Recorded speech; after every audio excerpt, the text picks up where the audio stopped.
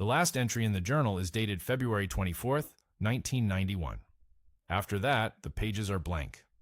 A captain in the Tawakalna Mechanized Division of the Iraqi Republican Guard sat in a dugout position somewhere west of the Wadi al-Batin, writing by the light of a kerosene lamp. His unit had been dug in for weeks. They had sandbagged their T-72 tanks into hull-down positions along a defensive line that stretched south toward Kuwait. They had survived the air campaign. That fact alone had given them something close to pride. Since January 17th, coalition aircraft had struck Iraqi positions with a regularity that should have broken any army. B-52 Stratofortresses had dropped arc-light payloads across the desert in patterns so massive the ground itself seemed to breathe. And yet his men were still there. Battered, yes, undersupplied, certainly, but alive and in their positions. He wrote about this. He noted that morale, while strained, had not collapsed. He noted that his company still had functional vehicles. He noted that the Americans had not yet come on the ground, and until they did, the Republican Guard would hold. This was not delusion. This was the assessment of a professional officer in the best-equipped division Iraq had. The Tawakalna was not a conscript formation abandoned in the open desert. These were crews who had fought Iran for 8 years. They understood armored warfare. They understood defensive positions. And they understood that air power alone does not take territory. Someone still has to cross the sand. The captain seemed to be waiting for that, almost welcoming it. His entries from earlier in the week referenced the expected ground assault with a tone closer to anticipation than dread. He believed his unit would make the Americans pay for every kilometer. The final entry is different. It is shorter than the others. The handwriting changes partway through, not dramatically, but enough. The letters tighten. The lines slope downward on the page. He describes a sound, not in jets. He had grown familiar with jets over the past 5 weeks, could distinguish the high whine of an F-16 from the deeper roar of a tornado. This was not that. He describes it as something between a roar and a tearing, a sound that came from everywhere at once and seemed to split the air horizontally rather than fall from above. He writes that the horizon lit up in a way he had never seen, not the singular flash of a bomb impact or the orange bloom of fuel igniting, a ripple, a curtain. He uses a phrase that translates roughly to, "The sky fell in pieces." He does not describe what happened next. He does not describe casualties. He does not describe the condition of his vehicles or his men. The entry simply stops mid-sentence, the pen trailing off the edge of the line. If you've never heard of what made that sound, stay here. Hit subscribe and stick with this one, because what follows is one of the most devastating and least discussed weapon stories of the 20th century. Drop your answer in the comments if you think you already know. And if you disagree with anything I lay out, like the video and argue with me. The best episodes I've made started as fights in the comment section. The journal was recovered 4 days later by soldiers of the American 7th Corps advancing through the Tawakalna's former positions. They found it in a command dugout that had partially collapsed. The unit that had occupied the position was gone, not retreated, gone. The vehicles were still there, or what remained of them. The T-72s sat in their prepared positions, hatches blown open, turrets displaced. The fighting positions had been cratered in patterns that did not match anything the advancing soldiers associated with conventional air strikes. The impacts were too uniform, too dense, too everything at once. The 7th Corps soldiers had seen plenty of destroyed Iraqi equipment by then. The air campaign had shattered divisions across the theater, but several accounts from that advance note that the Tawakalna positions looked different. The destruction had a character they had not encountered before. One sergeant described it in terms that would become grimly common in after-action reports across the entire Corps front. He called it steel rain. He was not the first to use the phrase, but neither were the Americans who coined it. The Iraqis said it first. They didn't call it anything at first. That was the problem the interrogators kept running into. In the days following the ground assault, coalition intelligence teams processed thousands of Iraqi prisoners of war. The interrogation summaries from these sessions follow predictable patterns. Captured soldiers could describe the air war in detail. They knew the B-52 by its silhouette and by the particular terror of its carpet bombing, the way the explosions walked toward you in sequence, giving you just enough time to understand what was coming. They knew the A-10 by its sound, that distinctive growl of the GAU-8 cannon that arrived after the rounds did. They knew the F-111 by its nocturnal precision, the way a single bomb would find a single vehicle in the dark. Iraqi soldiers had developed a taxonomy of American violence. They had names and descriptions, and even crude countermeasures for each platform they faced. But the interrogation summaries from Republican Guard prisoners, particularly those taken from the Tawakalna, the Medina, and the Hammurabi divisions, contain a recurring gap. When asked what destroyed their positions, many of them could not answer. Not because they refused, because they genuinely did not know. The descriptions they offered were impressionistic. There was no aircraft, no sound of approach, no warning at all. One moment the desert was quiet. The next moment, everything within several hundred meters was detonating simultaneously. Not in sequence, the way bombs fall from an aircraft on a run, simultaneously. The entire area, vehicles, bunkers, open ground, struck at once as if the sky itself had disaggregated into fragments. Several prisoners used language that translators noted was closer to describing weather than weaponry. A storm, a squall. Something elemental and indiscriminate that did not seem to come from a machine. The phrase that kept surfacing across different units and different interrogation teams was one the translators rendered into English as steel rain. It was not a technical term. It was not borrowed from any Iraqi military manual or briefing document. It was vocabulary invented under fire by men who had no other frame of reference for what they had experienced. The phrase carried with it an implicit confession. We do not know what this is. We only know what it felt like. What it was, what they could not see and could not hear coming, was a weapon system that had never been used in combat at this scale before. A tracked launcher carrying 12 rockets, each loaded with submunitions, capable of firing its entire payload in under 60 seconds.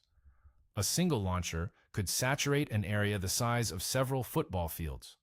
A battery of 9 could reshape the geography of a defensive position in the time it takes to read this paragraph.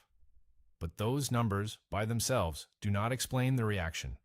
Artillery is artillery. Rockets are rockets. Armies have fired both for centuries. The Republican Guard had survived 8 years of war with Iran, including massed rocket and artillery barrages that killed tens of thousands. These were not men who broke at the sound of explosions. Something about this weapon was categorically different. And what made it different was not the launcher, not the rocket, and not even the volume of fire. It was what was inside the rockets. What does it look like when a rocket opens? Not the launch. Everyone understands the launch, the ignition, the rail, the arc across the sky. That part is simple physics, the same physics that has governed rocketry since the Chinese invented it 1,000 years ago. The part that matters happens later. The part that matters happens in silence, at altitude, when the rocket is already falling and the men beneath it have no idea it is there. An M270 rocket reaches the top of its trajectory and begins its descent.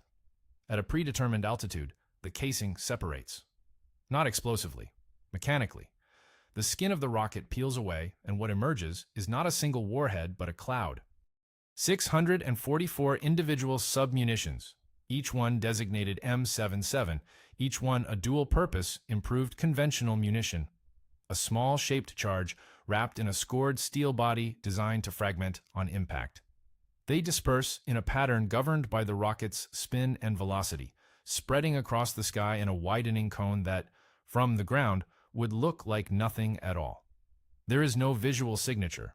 There is no sound. There are simply 644 objects falling at terminal velocity across an area roughly 200 meters in length. Now, multiply. One launcher carries 12 rockets. It can fire all 12 in under 60 seconds. 12 rockets, each carrying 644 submunitions. One launcher, one salvo, 7,728 individual munitions arriving across a target area roughly 1 kilometer by 1 kilometer. Each submunition is capable of penetrating light armor. Each one throws fragmentation in a lethal radius that overlaps with its neighbors. The mathematics are not complex, but they are staggering. A single MLRS launcher, operated by a crew of 3, can deliver more individual killing mechanisms in 1 minute than an entire battery of 155mm howitzers can deliver in hours of sustained fire. And nobody fights with one launcher.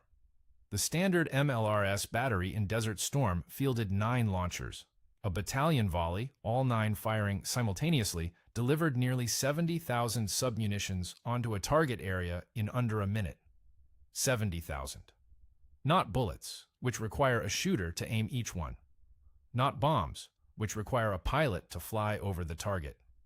70,000 autonomous steel fragments falling from a sky that, moments before, had been empty and quiet.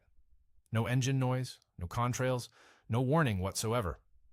This is what the Iraqis could not describe to their interrogators, not the scale of the destruction. They had survived destruction before. It was the compression of time. Every weapon they had ever faced operated within a temporal framework that allowed for reaction.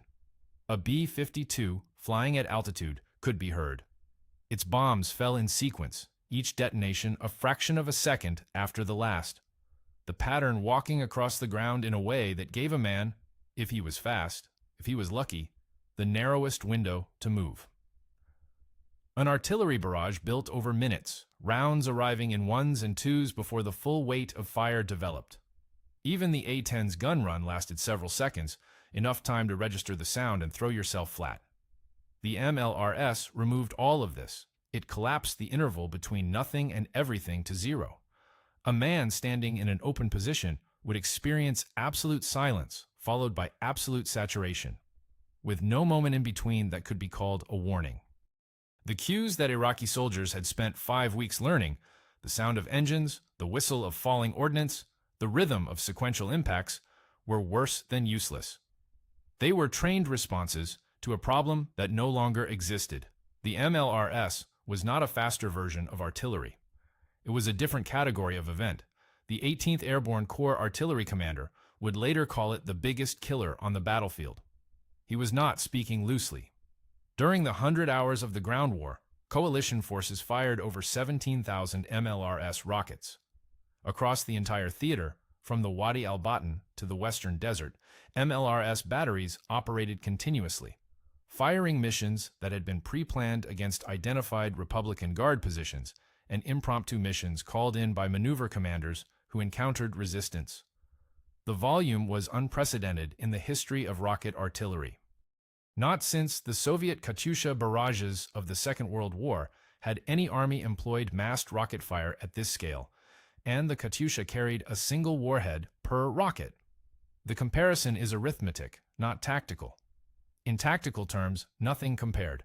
The colonel who compiled the 18th Airborne Corps Artillery Assessment after the war was a meticulous officer, known for understatement in his professional writing. He would die 3 years later in a training accident at Fort Sill, an unremarkable death that made no headlines. His report made one thing clear: the artillery campaign had not supported the ground assault. It had preceded it, shaped it, and in several sectors rendered it unnecessary. Units that advanced into positions previously struck by MLRS found nothing left to fight. The cassette tape is labeled in blue ink, in Arabic, with a date and a 6-digit prisoner number. It is one of several hundred recorded during the processing of Republican Guard POWs at a coalition holding facility in southern Iraq during the first week of March 1991. Most of these tapes have never been transcribed in full. The ones that have revealed a pattern that no one involved in the interrogations expected. The interrogators had come prepared to ask about order of battle, unit disposition, command structure, equipment counts, the standard intelligence harvest of a defeated army. What they got instead, over and over, was testimony about sound. An Iraqi battalion commander from the Tawakalna Division, a man who had commanded armor in the Fao Peninsula, offensive against Iran, who had survived human wave attacks and chemical exposure, and 8 years of a war that killed 1 million people, sat across from an American captain and described the MLRS in terms the translator struggled to render. The closest English approximation, recorded in the interrogation summary, was an earthquake made of metal. He said this without effect. He was not performing terror for his captors. He was describing a physical experience with the only language adequate to it. He said the ground moved. He said the air changed pressure. He said that after the first volley struck his battalion's position, 11 of his officers were dead and every vehicle in his company was burning, and that this had taken less time than it was taking him to describe it. He had held his position through 38 days of airstrikes. He abandoned it after one MLRS volley. He was not unusual. The 7th Corps Artillery After Action Review documented case after case with the same structure. Units that had demonstrated genuine resilience under sustained aerial bombardment. Units that had repaired fighting positions, redistributed ammunition, maintained communication with higher headquarters through weeks of bombing. Collapsed within minutes of their first exposure to massed rocket fire. The pattern was so consistent that artillery officers began to identify it as a discrete phenomenon. They were not simply destroying units. They were producing a specific psychological break that operated faster than physical destruction could account for. The evidence suggests something disorienting about the mechanism itself. A bomb falls from a point source. A man can look up and understand, in the most basic sense, what is happening to him. The knowledge is terrible, but it is knowledge. It locates the violence in space and time. It gives the mind something to organize around, even if what it organizes around is its own death. The MLRS denied even this. Submunitions arrived from everywhere. There was no point of origin visible from the ground. There was no direction to face, no angle to shelter from. The violence was not directional. It was atmospheric. Several interrogation summaries note that prisoners described feeling not attacked but enveloped, as though the weapon had no source, as though the destruction was a property of the air itself. This is what broke them. Not the casualties, though the casualties were devastating. Not the destruction of equipment, though the equipment losses were total. What broke them was the removal of every cognitive framework a soldier uses to survive under fire. Where is it coming from? How long will it last? Where can I go? What can I do? The MLRS answered all 4 questions simultaneously. Everywhere, briefly, nowhere, nothing.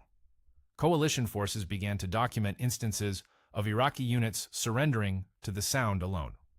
Forward observers reported watching defensive positions empty, men climbing from trenches with raised hands, in the seconds between the distinctive rippling launch signature echoing across the desert and the actual impact of the rockets. These men were not surrendering because they had been hit. They were surrendering because they had been hit before, or their neighbors had, and the sound was enough. The launch signature of an MLRS battery firing a full volley, that tearing, rolling thunder that the Iraqi captain had tried to describe in his journal, had become, in the space of 4 days, the most effective psychological weapon in the coalition arsenal. The rockets had not yet landed. The men were already done. The first child was a girl. She was 4 years old and she found it in a field south of Basra in April 1991, 5 weeks after the ceasefire. An M270 submunition is the size of a D battery. It weighs less than a pound. Some of them, the ones that failed to detonate on impact, lay half buried in the sand with their small ribbon parachutes still attached, fluttering in the wind like toys. She picked it up. The case officer who documented the incident did not record her name. The M270 had a published dud rate, the percentage of submunitions that failed to function as designed, that hit the ground and did not explode. The manufacturer's specification placed this figure at 2% under ideal conditions. Ideal conditions meant hard, flat terrain at a precise range. The deserts of southern Iraq and Kuwait were not ideal conditions. Sand absorbed impact. Soft ground cushioned the firing mechanism. Submunitions landed at oblique angles, skipped, tumbled, buried themselves just deep enough to avoid the concussive trigger. Post-war assessments by ordnance disposal teams estimated the actual dud rate at between 5 and 23%, depending on soil composition and range. Apply that percentage to the arithmetic of Section 3. Coalition forces fired 17,000 MLRS rockets during the ground war. Each rocket carried 644 submunitions. That is approximately 10,948,000 individual munitions dispensed across southern Iraq and Kuwait in 4 days. At a 5% dud rate, the most conservative possible estimate, 547,000 unexploded submunitions remained on the ground after the ceasefire. At the higher estimates, the number exceeded 2 million, each one armed, each one waiting for sufficient pressure or disturbance to complete the function it had failed to perform on arrival. The weapon that had ended the war in 100 hours had seeded the post-war landscape with a minefield that no one had mapped, because no minefield had been laid. The submunitions were not placed with intent.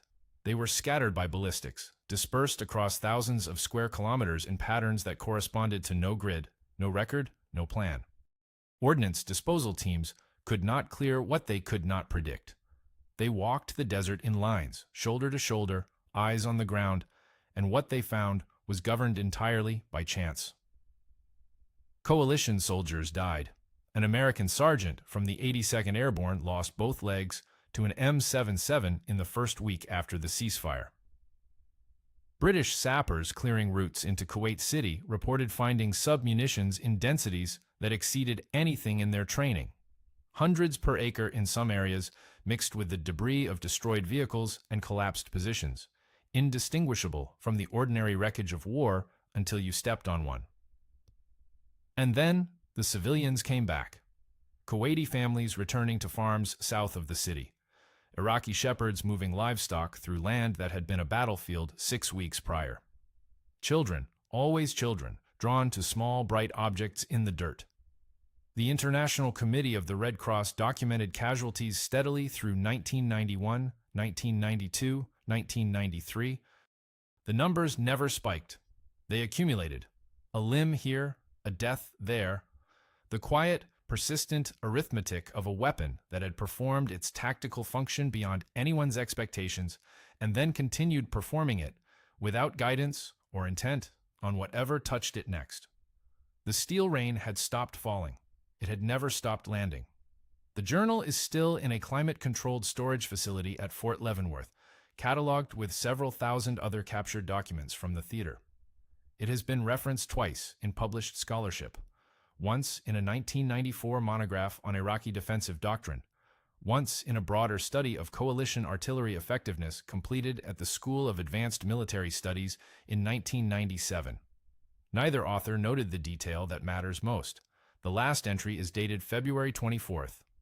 The ground war began that morning. The entry is short, 3 lines, a fragment of a fourth, and the handwriting is steady. It describes the position of the sun relative to the berm line. It notes that the wind has shifted. It does not mention the MLRS, though the officers' battalion had been under rocket fire intermittently for 2 days by that point. The earlier entries describe it. This one does not. And then the pages are blank. For 35 years, the assumption has been obvious. The blank pages are a death. A man writes, and then a man stops writing, and the silence that follows is permanent. It is the reading that every viewer will have carried from Section 1 to here. It is wrong. The Tawakalna Mechanized Division's 29th Brigade occupied positions along the IPSA pipeline road, directly in the path of 7th Corps' main effort. MLRS batteries from the 42nd Field Artillery Brigade fired preparatory volleys against those positions beginning on the afternoon of February 24th and continuing through the night. The 7th Corps After-Action Review records that elements of the 29th Brigade began surrendering in organized groups on the morning of February 25th. Not scattered individuals, organized groups, platoons, and companies moving together under white flags, led in several cases by their officers. The journal was recovered from a position in that sector. The prisoner processing logs for the 29th Brigade are incomplete, but they document over 300 officers and enlisted men taken into coalition custody on February 25th and 26th. The officer who wrote the journal is, in all probability, one of them. He did not stop writing because he was killed. He stopped writing because there was nothing left to write. The weapon had done what no amount of courage or endurance could answer. It had made the act of resistance not dangerous, it had always been dangerous, but meaningless, incomprehensible. A man can choose to die fighting against an enemy he can see, whose fire he can gauge, whose pattern he can learn. He cannot choose to fight the sky. The MLRS took soldiers who had survived the worst of the Iran-Iraq War and made them into men who could not hold a position for 24 hours. Not because they were cowards, because they were rational. They performed the calculation that every soldier performs under fire, can I survive this? And arrived at an answer so total that continuing to fight was not bravery, but insanity. The journal is a surrender document. The blank pages do not mark a death. They mark the moment a man who had fought for 10 years understood that fighting was finished. And the coalition knew it. The MLRS was the centerpiece of the artillery campaign precisely because it produced this effect, reliably, rapidly, and across entire divisions.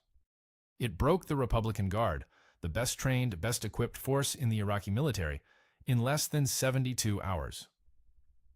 Units that had been expected to fight, that American war planners had allocated days to destroy, ceased to exist as fighting organizations after a single engagement. The ground war that had been planned for weeks was over in 100 hours. American casualties for the entire theater were 148 killed in action. The most dire pre-war estimates had projected tens of thousands. The M270 did that, a tracked vehicle with a crew of 3 and 12 rockets. The officer from the Tawakalna Division, not the journal's author, but the battalion commander, who described the earthquake made of metal, was repatriated to Iraq in March 1991 under the terms of the ceasefire. His name appears once more in coalition intelligence records in a 1993 assessment of reconstituted Iraqi army units. He had returned to service. He held the same rank. He was commanding a logistics battalion in Amara, a city in the marshlands of southeastern Iraq, a posting of no tactical significance whatsoever. A man who had commanded armor in 2 wars, assigned to count truck tires in a swamp. The report does not speculate as to why. It does not need to. 32 years later, the last major clearance operation for M270 submunitions in southern Iraq was completed by a Norwegian demining organization operating under contract to the Iraqi government. They found 17 unexploded munitions in a single field outside Basra. The field was being used as a soccer pitch. The children who played there were not yet born when the rockets fell. The diary is at Fort Leavenworth. The M270 is still in production.